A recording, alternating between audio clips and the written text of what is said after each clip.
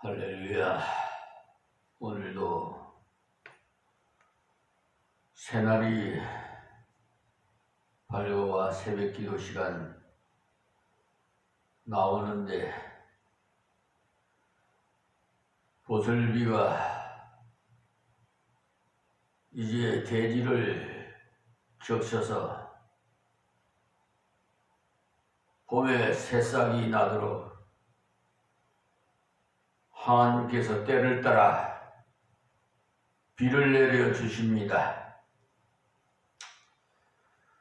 이 생수 같은 비, 저 피조물들이 다 이 비가 얼마나 소중한지 모릅니다. 우리도 이 새벽에 하나님의 주신 말씀을 먹어서 영혼이 잘되고 범사가 잘되고 모든 간의 평안과 복된 삶이 영이 되기를 주의 이름으로 축원하면서 이 비천한 종이 하나님의 주신 사명인 선지자의 하나님의 말씀을 증거해 드리겠습니다. 이제 오늘은 마태복음 14장으로 넘어가서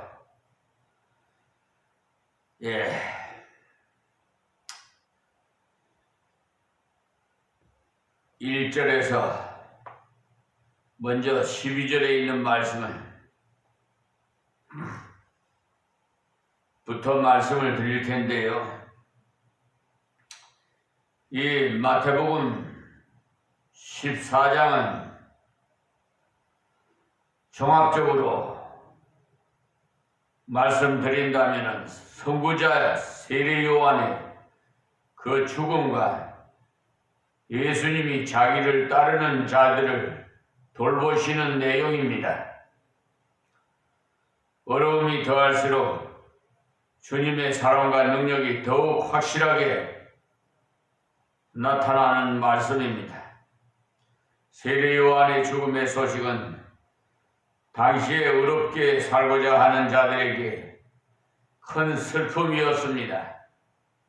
그러나 주께서 목자 잃은 양 같은 무리를 불쌍히 여겨서 먹여주시고 역경에 처한 제자들을 돌보아 주심으로 주의 능력과 사랑을 더욱 깊이 체험하게 하십니다.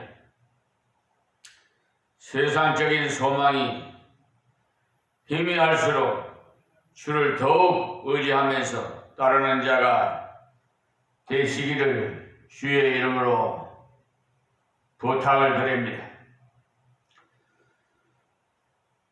1절에서 12절에 있는 말씀은 자기에게 맡긴 일에 충성한 세례 요한의 죽음의 내용인데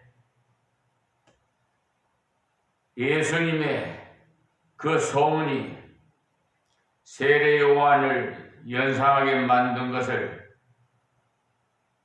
같은 성격의 사역을 하셨기 때문입니다. 그러므로 주의 뜻을 따라서 사는 자는 주의 자치를 따릅니다. 그 말씀이 1절에서 2절의 말씀이고요. 또 죄에 대해서 깨닫게 하지 않고 하나님 앞에 굴복할 자가 없음으로써 세례 요한은 헤롯의 죄를 책망함으로 자기를 알고 하나님 앞에 굴복하게 하려 하였으나 죄를 은폐하려는 것이 죄인의 생각이므로 헤롯도 같은 방법을 취하였습니다. 그 말씀이 3절에서 5절의 말씀이고요. 죄는 회개치 않으면 더욱 자라기 마련이고 결국은 돌이킬 수 없는 자리에 나아가게 되는 말씀이 6절에서 11절 말씀입니다. 또한 요한의 제자들은 어렵게 죽은 선생을 장사하고 예수께 고하였습니다. 세례 요한은 자기의 사명을 다하기 위해서 목숨을 버렸으니 충성된 하나님의 일꾼입니다. 그 말씀이 12절이고요. 그리고 13절에서 21절 말씀까지는 자기를 찾아온 자들을 돌보시는 예수님에 대해서 말씀인데, 어려울 때 주의 소식을 들은 자들 중에 가난한 자들은 찾아와서 문제를 해결받게 되는 말씀이 13절에서 14절 말씀이, 그리고 주께서 원하시는 것은 문제 회피가 아니고 문제를 주님께 가지고 가서 주신 분량대로 감당하는 것입니다. 그 말씀이 15절에서 16절 말씀이면서요, 또 현재의 그 여건에서 주님을 의지하고 맡기면 주께서 가장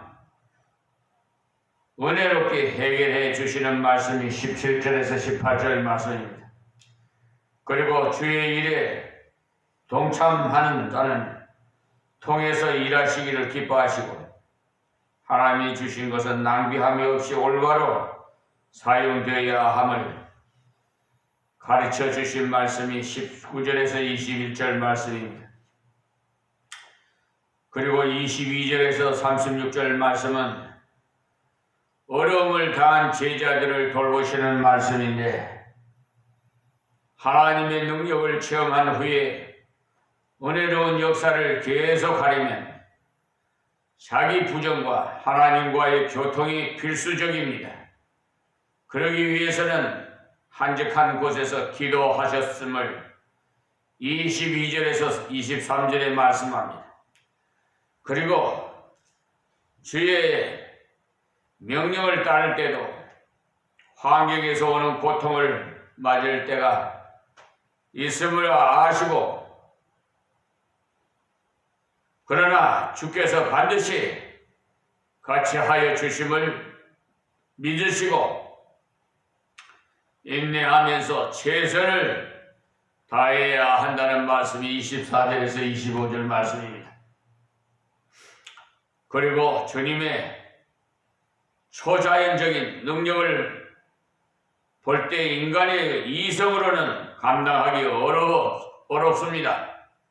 그러나 주의 음성을 듣고 믿음으로 주의 능력이 자신에게 역사함을 체험할 수 있는 말씀이 26절에서 29절 말씀입니다. 그리고 믿음으로 감당할 때 얼마든지 감당할 수 있던 일도 세상과 나를 바라보고 주를 적게 믿을 때 실패할 수밖에 없습니다. 그러나 실패까지도 주께로 가지고 갔을 때는 회복의 은총을 또 주십니다. 그 말씀이 30절에서 31절의 말씀이고요. 주의 사랑과 능력을 체험할수록 주 앞에 굴복해하면서 그가 하나님의 아들이심을 고백하게 되는 말씀이 32절에서 33절 말씀입니다. 그리고 누구나 믿음으로 나와서 주 앞에 온 자는 다같이 은혜의 체험을 맛볼 수가 있다는 말씀이 34절에서 36절 말씀입니다. 그렇다면 여기까지 나타난 진리에 대해서는 위대한 일보다 맡기신 일을 충실히 감당하는 것이 하나님의 쓰시는 일꾼이 되는 길임을 말씀합니다. 두 번째는 주께서 우리에게 주어진 여건에서 주를 위해서 주를 의지하면서 일하기를 원하신다는 말씀이 진리의 말씀입니다. 또 세 번째는 나에게 주어진 것을 주님께 굴복하여 바쳐질 때 놀라운 능력이 나타납니다. 또 네 번째 진리에는 능력을 나타내고 항상 자기 근심과 하나님의 교제가 계속되어야 지속적으로 하나님의 일을 감당할 수 있음을 나타내는 진리의 말씀입니다. 그 모든 말씀이 마태복음 14장 1절에서 이루어지는데 21절까지 서론을 말씀드리면 본문에는 세례 요한의 순교에 대한 기록과 함께 이 세례 요한이 그 순교 사건을 계기로 하여 예수님께서 그 지경을 떠나 다시 갈릴리 지방으로 옮겨가셔서 거기에서 봉사하시는 내용이 나와 있습니다. 그런데 거기에서 예수님께서는 끊임없이 자기에게 나와 필요를 구하는 온갖 종류의 사람들과 그리고 영혼과 육체의 그 고통에서 해결받지 못하고 있는 많은 사람들에게 쌓여서 병든 자에게는 병을 고쳐주시고 먹을 것이 없는 자에게는 먹을 것을 주시고 또한 물에 빠진 자들에게는 건져주시는 이런 일들을 하시는 내용이 나와 있습니다. 이와 같이 예수님께서 자기에게 나오는 자들에게 대해서 일일이 관심을 가지시고 돌아보신 사실과는 달리 역시 공경에 처해 있던 세례 요한에 대한 예수님의 태도는 우리의 의구심을 일으킬 정도로 상당한 대조를 이루는 것을 볼 수가 있습니다. 무슨 말인고 하면 세례 요한이야말로 하나님의 독생자 예수 그리스도를 그의 백성들에게 소개시키기 위해서 부름받아서 그 일을 위해 와서 예수님을 증거하면서 예수님을 위해 살아간 사람이었습니다만 예수님께서는 오히려 요한의 고난과 죽음에 대해서 그대로 방관하시고 내어버려 두심으로 끝내 요한은 순교하고 말았던 것입니다. 사실은 예수님께서 신이 요한을 가르쳐서 여자가 낳은 자 중에 세례 요한보다 큰 이가 일어남이 없도다라고 이렇게 인물평을 해 주실 정도로 예수님 자신이 요한을 크게 인정하셨습니다. 그런데 여기에 세례 요한과는 감히 대등한 선상에 놓고 비교할 수 없는 그런 시정배들에게 예수님을 따라다닐 때 필요에 따라서 음식도 먹여주시고 병도 낫게 해주시고 그런 등등 여러 가지 은혜의 혜택을 주셨어요. 이것을 보면 우리가 항상 성경을 볼 때나 아니면은 사람을 볼 때 함부로 속담을 내리면 그 속단을 내리면은 안 된다는 것을 알 수가 있어요.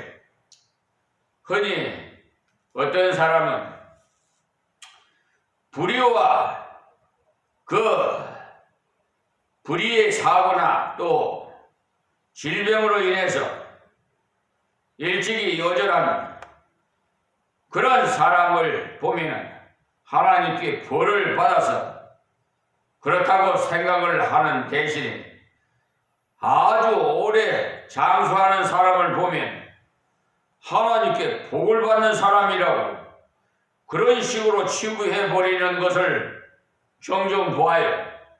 그러나 하나님께서는 어느 시대에서나 하나님 앞에서 귀한 분들을 일찍이 데려가시는 일이 있는데 여기 세례 요한이 바로 그와 같은 경우에 해당되는 것입니다. 그 당시에 세례 요한의 나이는 예수님께서 그때 30세 공생애를 시작하고 조금 지나서 한 32세나 33세 정도의 그 나이가 된 것을 감안해 보면은 요한이 예수님보다 6개월을 먼저 낳더라도 나이는 예수님과 같다는 말입니다. 그러니 세례 요한이 바로 그 나이에 하나님 앞에 갔다는 사실이 그래서 지금도 흔히 보면 어떤 사람이 극심한 역경을 당하는 그 자체를 죄와 결부시켜서 그것이 마치 그의 결과로 주어진 그런 양 주저없이 경솔한 결론을 내리는 것을 봅니다. 그래서 그런 사람을 볼 때 무슨 죄가 많아서 그렇게 했느냐 그리고 말합니다. 그리고 갑자기 많은 돈을 벌어서 호화주택이나 값비싼 고급 승용차를 구입하게 되면 하나님께 큰 복을 받아서 그렇다고 말하는 것은 전부 성경을 한쪽 면만 보고 다른 한쪽 면은 보지 못하는 데서 기인하는 오해인 것입니다. 그리고 요사이는 심지어 교묘하게 편법을 가지고 자금을 불리고 거기에서 나오는 엄청난 차액을 챙겨서 막대한 재물을 모은 도덕적인 결함이 있는 졸부근성을 가진 자에게도 하나님께서 주신 복이라고 보는 그런 시각이 교회 안에서도 제법 있는데, 이것은 하나님의 교회를 마치 인간들의 기복 장소로 변질시킬 우려마저 있는 잘못된 생각들입니다.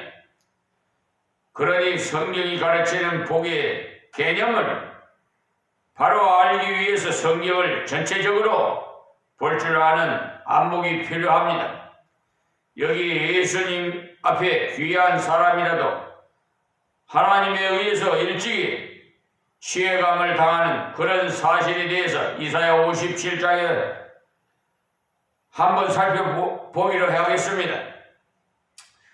거기에 보시면 하나님 앞에 경건한 자가 일찍 죽는 데 대해서 말씀하기를 의인이 죽을지라도 마음에 두는 자가 없고 자비한 자들이 취하여 감을 입을지라도 그 의인은 화액전에 취하여 감을 입은 것인 줄을 깨닫는 자가 없도다.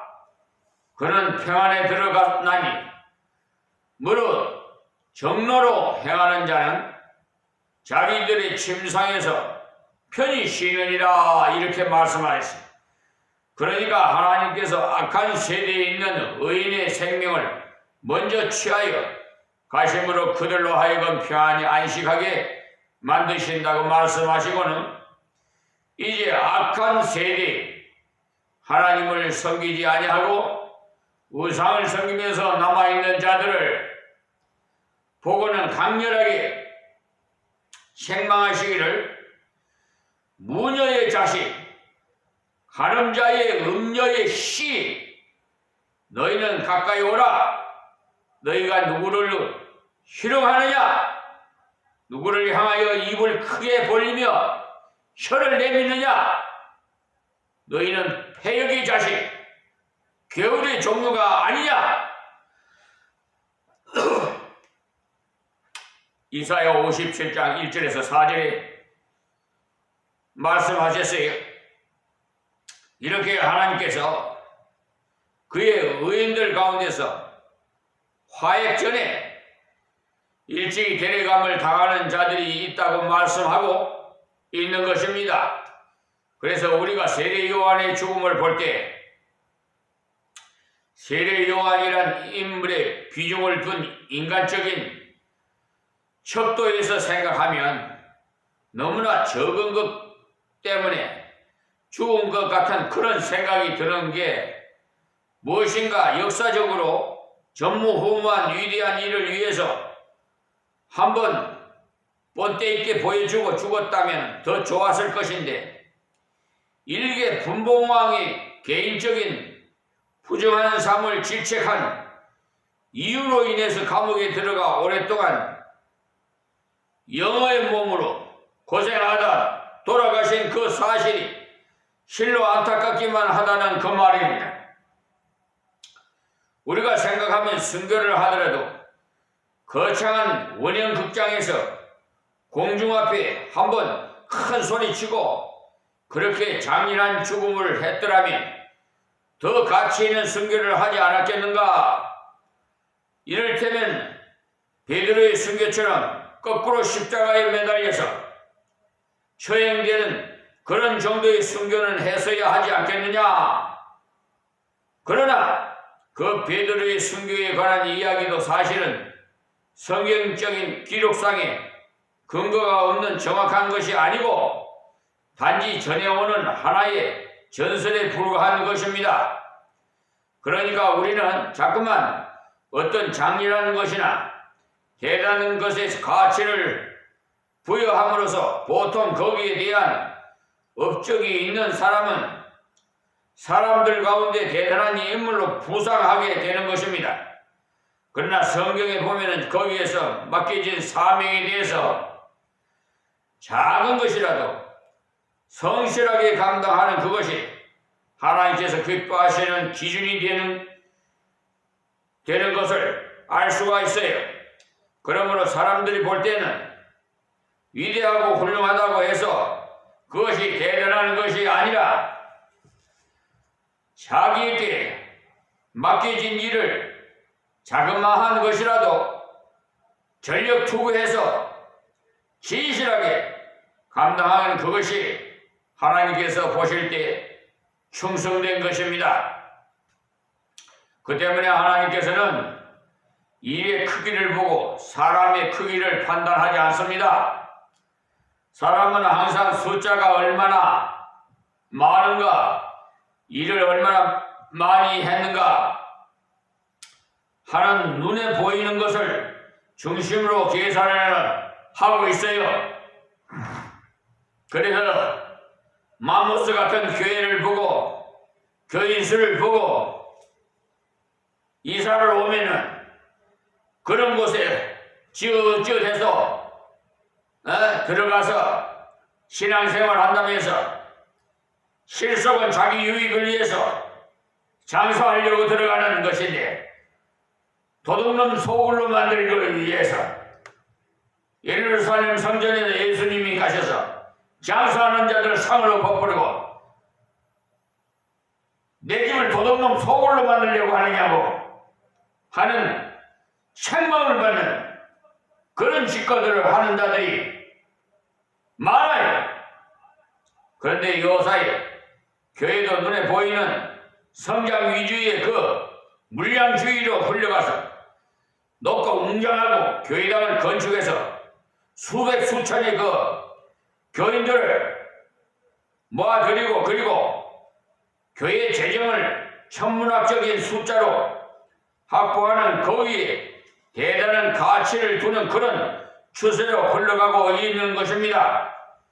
그러나 하나님의 계산과 가치 기준은 전혀 그렇지 않기 때문에 우리가 앞으로 하늘나라에서 상금을 받을 때도 우리 예상을 뒤엎는 놀라운 순간들이 있을 것입니다.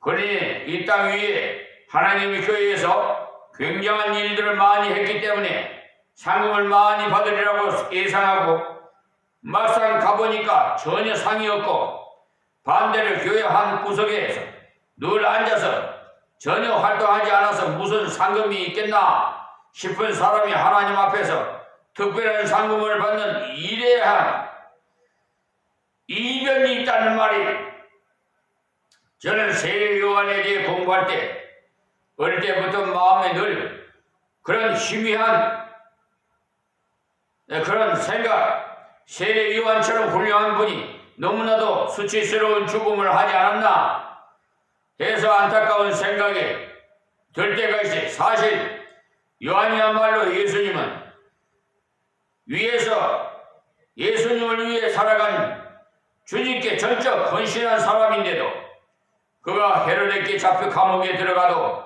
예수님은 전혀 관심이 없는 듯이 그렇게 보였고 연장되는 요한의 감옥 생활로 고통을 나날을 보내고 있어도 요한의 석방을 위해서 아무 노력도 하지 않았던 것입니다. 이러한 예수님의 요한에 대한 냉담한 반응은 그만 주님에 대한 갈등으로 나타남으로써 이러한 위기의 순간에 요한은 자기의 제자를 예수님께 보내서 오실 그이가 당신이 오니까 라고 타진해 봄으로써 주님으로부터 믿음을 회복하고 세임을 얻어 다시 감옥 생활을 계속하는 중에 헤롯이 베푸는 연회장에서 불륜의 아내의 딸에게 술이 취해 맹세한 그 맹세로 인해서 요한의 목을 요구한 대로 그 연회 속에서 즉각 처형당하는 그런 비참한 죽음을 하게 된 것을 보면은 한편으로는 개죽음같이 생각될 정도로 수치스러운 죽음을 당했던 것입니다.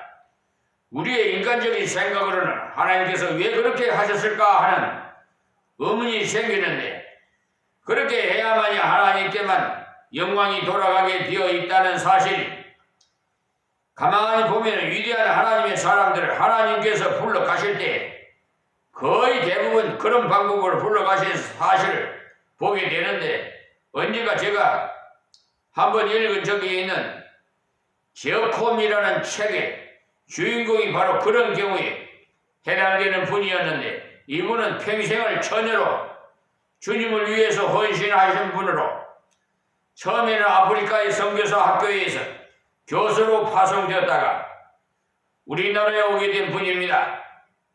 그때 우리나라가 바로 일제의 식민지 하에서 해방되기 바로 전에 이분이 평양과 안동 그리고 광주 등등 그런 곳에서 선교하고 있는 외국 선교사들을 대상으로 그들에게 말씀을 가르쳐서 굉장한 회개운동이 일어났던 것입니다. 하여튼 이분은 그냥 성경만 가지고 조용히 말씀을 가르치면서 서로 교제를 나누는데도 이상하게 참여한 모든 분들이 굉장한 은혜를 받자 그 소문이 미국에까지 들려서 거기서도 이분을 한번 모셔다가 은혜를 받기 위해서 출국에 필요한 모든 절차를 밟아서 이제 미국행 배를 타고 미 대륙을 향해서 출발했는데, 거의 미국 해안에 접근하게 되었을 때 이 배가 갑자기 출현한 독일 잠수함이 쏜 어뢰에 맞아서 그만 침몰하게 되자 이분은 즉각 준비된 구명정에 올라타고 배에서 빠져나와 위기는 일단 못 면했으나 탈출할 당시에 너무 장시간에 걸쳐 체력을 많이 소모한 탓으로 탈진 상태에 빠져 그만 당시 소생하지 못하고 안타깝게도 이 세상을 떠나고 말았습니다. 이렇게 미국에 도착하기도 전에 그는 40세의 짧은 나이로 일생을 마치게 된 것입니다. 이런 사실을 두고 우리의 인간적인 생각으로는 이런 분이 미국에서도 한번 큰 은혜를 끼쳤다면 얼마나 좋았을까 하는 애석한 마음이 들지만은, 하나님께서 이렇게 그의 의인들을 일찍이 취해 가심으로 정말 순수하게 당신의 영광을 취하시는 것입니다. 여기에 요한은 오직 예수만 드러내기 위해 요한 자신을 완전히 소멸됨으로써 자기의 영광을 다 내어버렸던 것입니다. 오늘은 여기에서 말씀을 맺겠습니다. 하나님 감사합니다. 주신 말씀 하나님의 지혜로 증거하여 싸우니 아버지 하나님 듣는 자마다 깨닫게 하시고 참다운 신앙생활을 할 수 있도록 저들에게 믿음을 더하여 주시옵시고 성경을 바로 깨닫게 하여 주시옵소서. 또한 이방인도 구원하시옵소서. 저들을 불쌍하오니 방황하는 저들을 구원하사 하나님 백성 삼아주시고 이 나라도 이 세계도 천국 같은 생활이 되게 하여 주시옵소서. 예수님의 이름으로 기도합니다. 아멘. 아멘.